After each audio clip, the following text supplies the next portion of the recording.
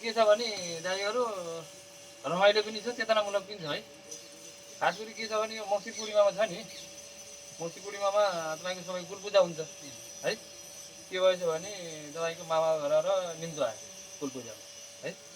निम्तो आइसकेपछि तपाईँको के छ भने आमा पनि जानु नहुने, बा पनि जानु नहुने, जानुपर्ने को भयो त छोरो भयो। छोरो फेरि एक्लै नजाने, एक्लै नजाने भएपछि तपाईँ के भएछ उसलाई साथी खोजिदिएछ है।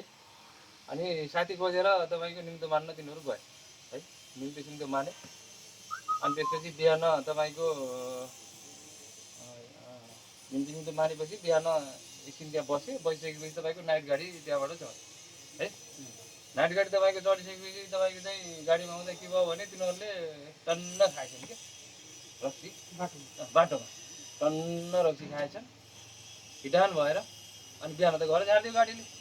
अनि घर झारिदिएपछि तपाईँको गाडीले के भयो भने तपाईँको ठ्याक्क गेटबाट भित्र छिर्ने बेलामा उताबाट पनि आमा निक्लिनु भएको रहेछ है।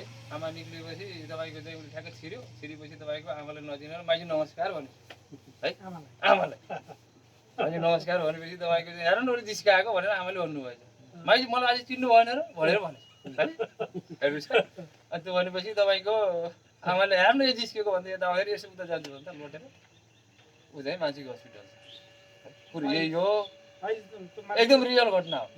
पछि त म्याच खामे यो समय मात्र हुनेछ है, रियल मात्र हुनेछ है।